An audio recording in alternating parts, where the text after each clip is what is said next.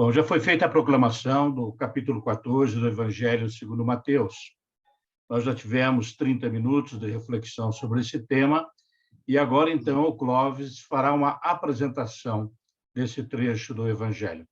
Clóvis, por favor, compartilha.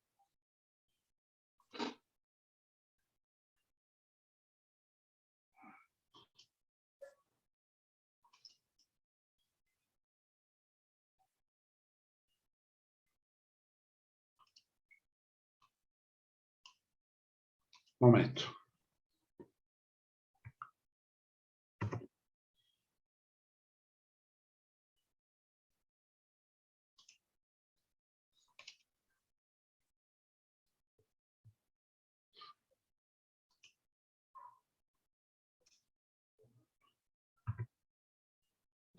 Vamos lá. Eu vou falar para vocês em nome do Pai, do Filho e do Espírito Santo. Amém. Mateus capítulo 14, a reflexão. A morte de João Batista. O primeiro relato fala da morte de João Batista. A narrativa, ela não tem uma ordem cronológica, pois quando aconteceu isso, João Batista já tinha sido morto por Herodes Antipas. Mas o evangelista Mateus, no intuito de justificar que Herodes tinha ouvido falar sobre a fama de Jesus e que provavelmente queria fazer alguma coisa contra ele, o evangelista narra o martírio e morte de João Batista. Nós podemos ver que ele começa a narrativa da seguinte forma. Naquele tempo, o tetrarca Herodes ouviu falar da fama de Jesus. Não é isso? Pois bem. Tal relato tem dois propósitos. O primeiro propósito marca uma distinção clara entre João Batista e Jesus, já que se espalhavam rumores confusos, na verdade, entre o povo a respeito da identidade dos dois. Como, por exemplo, o que o próprio Herodes disse aos seus oficiais. Este é João Batista que ressuscitou dos mortos, por isso tantos milagres se operam por meio dele. O segundo propósito destaca o alto preço que se pode pagar pelo apostolado cristão. A execução de João Batista pelas forças governantes, ela antecipa o destino de Jesus e antecipa também os martírios dos primeiros cristãos.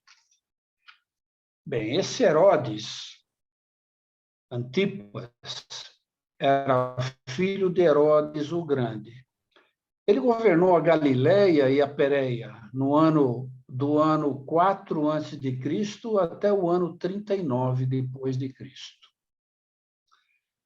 Tinha mandado algemar e prender o João Batista, lá no cárcere dos porões do palácio de Herodes, lá na cidade de Maqueró. E por quê? Porque João Batista denunciou publicamente a união dele com a sua amante Herodíades. O Novo Testamento não dá muitos detalhes, mas fontes extrabíblicas se pode saber que Herodes já desejava aquela mulher, ainda enquanto ela era casada com o seu meio-irmão Filipe. Então, para se unirem em matrimônio, Herodes e Herodíades se divorciaram de seus respectivos cônjuges. Bem, a lei mosaica, no entanto, ela proibia a união de um homem com a mulher de seu irmão enquanto este ainda fosse vivo. Isso está em Levítico, capítulo 18, versículo 16. Então, uma vez que seu irmão Filipe ainda estava vivo naquela época, João Batista pregou contra a união dos dois, e isso em público, comprometendo totalmente a honra dos dois, perante aquela população. Então, por esse motivo, Herodíades o odiava tanto e queria matá-lo. Essa é a verdade. Herodes, entretanto, respeitava João. Sabia que ele era um homem justo e santo e protegia ele. Quando ouvia ele nos porões dos cárceres, de vez em quando ele descia lá para ter uma conversa com João Batista, ele se sentia embaraçado, mas tinha medo de fazer alguma coisa contra ele, pois a população considerava João um profeta. Bem, por ocasião do aniversário de Herodes, ele mandou dar uma grande festa no seu palácio e convidou 3 classes de pessoas. Primeiro, ele convidou as autoridades, que eram os líderes do segundo escalão. Depois, também os oficiais militares, que era aquele pessoal de alta patente do exército, que davam o suporte militar para ele. E convidou também pessoas importantes da classe rica, que apoiava os Herodes. Inclusive, entre os judeus, essa classe era chamada de os herodianos. Eles apoiavam a presença de um rei estrangeiro sobre a nação de Israel. Bem, não sabemos se, como parte da celebração desse aniversário, ou provavelmente por estímulo de Herodíades, que percebeu um momento favorável, de repente, a filha dela entra no salão e começa a dançar. O historiador Flávio Josefo, nos diz que o nome dela era Salomé e que ela era de uma beleza rara. Bem, certamente não deve ter sido uma dança clássica ou um balé, mas sim uma dança sensual. Seguramente para provocar o seu padrasto, que não tinha nenhum escrúpulo. Herodes ficou impressionado com aquela dança e, provavelmente já embriagado pelo decorrer da festa, ele faz impensadamente e sobre juramento a promessa de lhe dar o presente que ela quisesse, inclusive a metade do seu reino, coisa que ele não poderia dar, porque ele não era rei. Ele era um tetrarca daquela região. Lá em Marcos, o texto nos diz que a moça sai apressadamente para conversar com a sua mãe, demonstrando que a filha era obediente à mãe. E pressionada pela mãe, disse para Herodes: dê-me aqui num prato a cabeça de João Batista. Herodes ficou muito triste, mas foi obrigado a cumprir a promessa com medo da sua reputação perante os convidados. Ele rendeu-se à pressão de seus próximos, essa que é a verdade, ao fazer aquele juramento ilícito perante seus ilustres convidados. Ao executar um inocente sem que tivesse havido julgamento algum, Herodes se coloca na corrente da imoralidade historicamente ligada à dinastia dos Herodes. Então, ele ordena a execução de João. O carrasco, então, desce aos porões do palácio de Maqueró, entra no cárcere, obriga João a ajoelhar-se. Deve ter sido uma cena assim, parecida. Então, com a espada, decepa sua cabeça.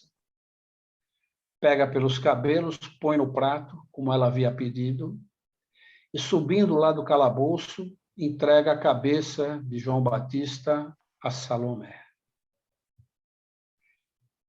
E esta entrega a cabeça de João Batista para sua mãe. Note o seguinte: Herodes disse a Salomé: o que você quer? e ela teve o que queria, mas ela pega a cabeça e entrega à sua mãe. Ao terminar um banquete com a cabeça de um homem num prato, isso é uma cena macabra, não é verdade? Bem, naquele dia, Herodíades deve ter saboreado aquela vingança que tinha com aquele homem. Foi um momento de triunfo no reino das trevas. Essa que foi a verdade. Então, o que restou aos discípulos de João Batista foi simplesmente pegar o corpo na prisão, enterrá-lo, e depois foram contar a Jesus o que tinha acontecido. Quando Jesus ouviu sobre a morte trágica de seu primo João Batista, ficou muito triste e retirou-se dali para orar.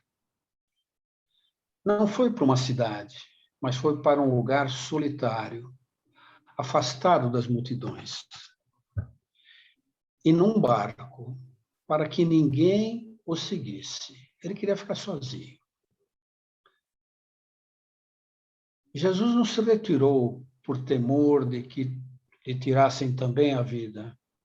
Jesus se retirou para perdoar os seus inimigos e dar o exemplo de que não devemos nos expor com a temeridade a perseguições, porque nem todos perseveram nos momentos de tormento, de angústia, e com o objetivo também de pôr à prova a nossa fé, a fé dos fiéis. Mas ao perceber a multidão que o seguia pelas margens do mar da Galileia, que não permitiam que pudesse ficar só no seu luto, Jesus tem compaixão por aqueles que o buscam. Ele honra o martírio de João Batista ao continuar o seu trabalho e a sua missão, porque afinal era isso que João havia anunciado, aquele que viria para tirar o pecado do mundo. Embora Jesus sofra a perda do seu primo, seu sofrimento o capacita para cumprir o seu trabalho. E no meio da sua dor emocional, em vez de se entregar e pensar como qualquer um de nós poderia fazer, ai de mim, não. Ele olha para aquela multidão, se compadece dela, porque elas eram como ovelhas sem pastor. Ele passa a curar aqueles que estavam doentes. Bem, na vida, nós sofremos perdas, algumas muito dolorosas. Haja vista a perda da nossa amiga Ana Maria, que nos é tão saudosa, né? É natural que nesses momentos queiramos apenas nos retirar para o nosso luto e processar aquela perda, mas a vida nem sempre permite essa retirada. A vida continua com suas demandas, não é verdade? É necessário muita força de espírito para dar conta disso. E quando isso acontece, nós devemos lembrar que Jesus sempre nos acompanha na alegria, no sofrimento e nos consola, pois, por experiência própria, ele conhece o que sentimos. Experiência dele como humano, passou por isso. Jesus é a fonte de onde nós retiramos a força para continuar essa nossa jornada. Bem, ao entardecer, os discípulos dizem para Jesus: olha, Senhor, está tarde. Manda esse povo embora para que eles encontrem alguma coisa para comprar e comer. Mas Jesus lhes disse: eles não precisam ir embora. Dai-lhes vós mesmos de comer. Os discípulos não tinham dinheiro e nem tinham onde comprar tanto pão para tanta gente. E diz a Escritura que os discípulos só tinham 5 pães e 2 peixinhos. que apareceu ali no meio do povo. Então, os discípulos apresentam isso a Jesus. Então, Jesus pediu que todos se assentassem na relva, formando grupos de 100 e de 50 pessoas. E elas eram em mais ou menos 5.000 homens, sem contar mulheres e as crianças. Jesus, então, tomou aqueles 5 pães e aqueles 2 peixinhos, ergueu os olhos para o céu, pronunciou a bênção, partiu os pães e deu aos discípulos. E os discípulos distribuíram àquela multidão. Jesus realiza ali o grande milagre da multiplicação. Esse evento antecipa a instituição da Eucaristia. E o que Mateus faz questão de ressaltar, ao usar o mesmo conjunto de verbos, tomou, abençoou, partiu e deu, tanto agora como também novamente na última ceia. Esse milagre também recorda um episódio do Antigo Testamento, em que o profeta Eliseu multiplicou cerca de 20 pães para alimentar 100 homens, e com alguma sobra. Isso a gente encontra lá no Catecismo da Igreja Católica, no parágrafo 1335. Jesus, então, alimenta a multidão através das mãos dos discípulos. Interessante, né? O papel dos apóstolos como intermediários aponta para a sua missão de sacerdotes. Eles distribuem o pão que provém de Jesus, da mesma forma como distribuirão a Eucaristia como sacerdotes da nova aliança, onde o pão da vida, dão o pão da vida, né? Vão dar o pão da vida, através da santa comunhão da igreja. Outra chave importante vem no final. Todos se fartaram e sobraram 12 cestos de alimentos.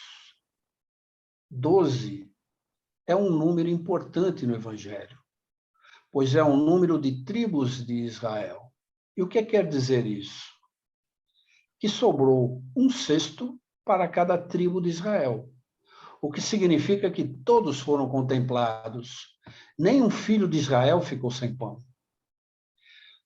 Para essa interpretação, a grande mensagem de Jesus neste episódio é a seguinte: se nos organizarmos e praticarmos a solidariedade, ninguém passará fome. E não precisaremos de soluções mágicas.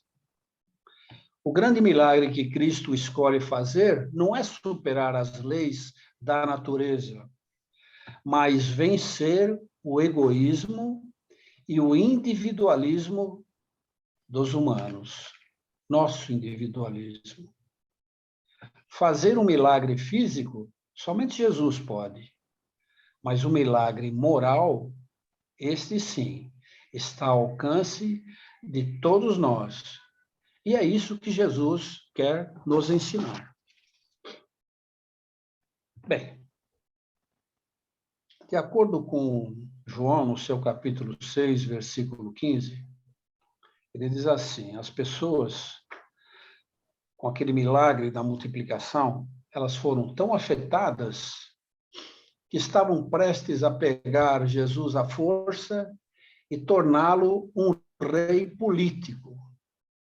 Naturalmente, supondo que se ele, com 5 pães e 2 peixinhos, pôde alimentar milhares de pessoas, seria também capaz de sustentar exércitos por quanto tempo fosse necessário. E é provável que os seus discípulos estivessem dispostos a incentivar a população e ajudá-los nessas intenções. Era muito fraco na cabeça, eles eram muito fracos, né? Jesus, portanto, conhecendo os propósitos da multidão e as inclinações dos discípulos, ordenou que eles entrassem no barco e partissem para Betsaida, enquanto ele despedia aquela multidão. Depois de os despedir, Jesus subiu a montanha para orar. E já era noite. E o barco estava no meio do mar da Galileia. E Jesus sozinho na montanha, em terra firme. Diz a Escritura que os discípulos estão navegando quando são surpreendidos por uma súbita tempestade. Então, já na quarta vigília da noite, ou seja, no período entre 3 da manhã e 6 horas da manhã, Jesus avista, lá do monte, os discípulos no epicentro da tempestade, com dificuldade em remar, porque o vento era contrário. Isso a gente pode ver lá em Mateus e em Marcos, no capítulo 6, versículo 48. Jesus da montanha vê, enxerga os discípulos em dificuldade. Então, é quando Jesus vem ao encontro deles andando pelas águas. Naquela escuridão, possivelmente um relâmpago riscando os céus, abriu ali um facho de luz naquela escuridão, e os discípulos, quando ouviram andar sobre o mar, ficaram com medo e começaram a gritar: é um fantasma, é um fantasma. Mas imediatamente Jesus diz a eles: tenham confiança, sou eu, não tenho medo. Bom, Pedro duvida de que seja Jesus mesmo. Ele pede uma prova. Diz assim: Jesus, se és tu, manda-me ir onde estás por sobre as águas. Jesus disse: vem, Pedro. E Pedro, então, foi andando sobre as águas, como se tivesse chão firme debaixo dos seus pés. Mas, de repente, olhou para as ondas, escutou o barulho do vento, ficou com medo. Começou a afundar e gritou: salva-me, Senhor! Jesus estende a mão a Pedro, salva ele e diz: homem de pequena fé, por que duvidaste? Então eles subiram no barco, o mar se acalmou e os discípulos disseram prostrados aos seus pés: verdadeiramente tu és o Filho de Deus. Bem, quando as tempestades da vida nos assolam, o medo e o desespero se apresentam. Então, deixemos Jesus entrar no barco da nossa vida, sossegar o nosso coração, acalmar as circunstâncias e levar-nos salvos, né, e seguros para um destino, para o nosso destino, um lugar bem seguro.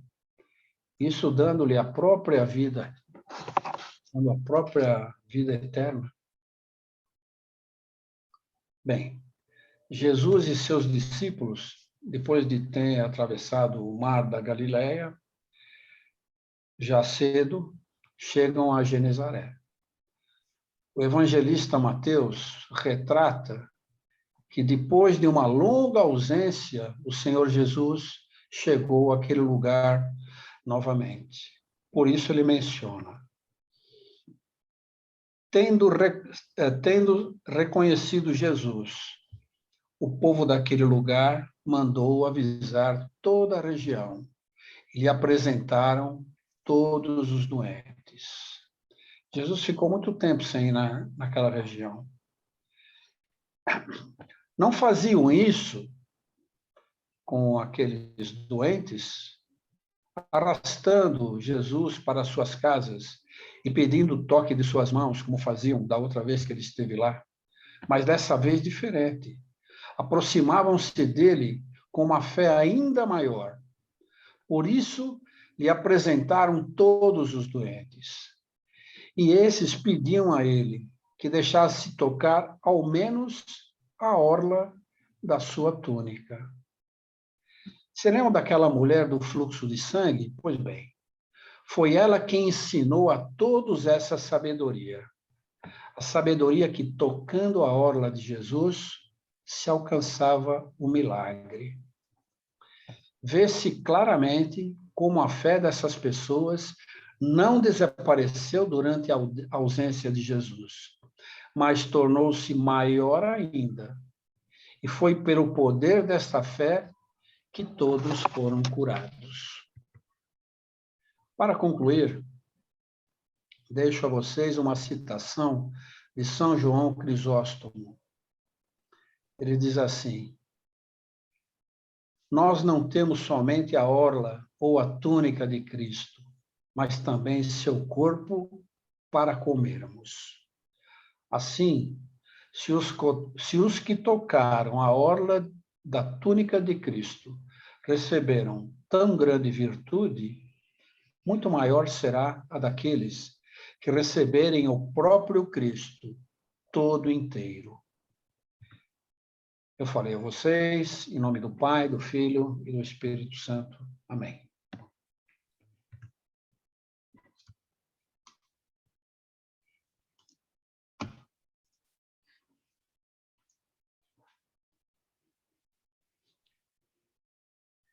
Bem, agora que tivemos essa explanação tão bem feita pelo Clóvis, nós iremos mais uma vez para as nossas salas simultâneas, onde iremos refletir mais uma vez sobre esse trecho do Evangelho. Agora, sempre lembrando que é o momento de trazer para a nossa vida, para aquilo que realmente importa o Evangelho em nossa vida. Que reflexões esse Evangelho traz para aquilo que sou, para aquilo que faço? Que reflexões ele pede em relação às minhas posturas diante dos outros e diante da vida? Então, nós teremos, mais uma vez, 30 minutos e depois retornaremos para esta sala. Até já.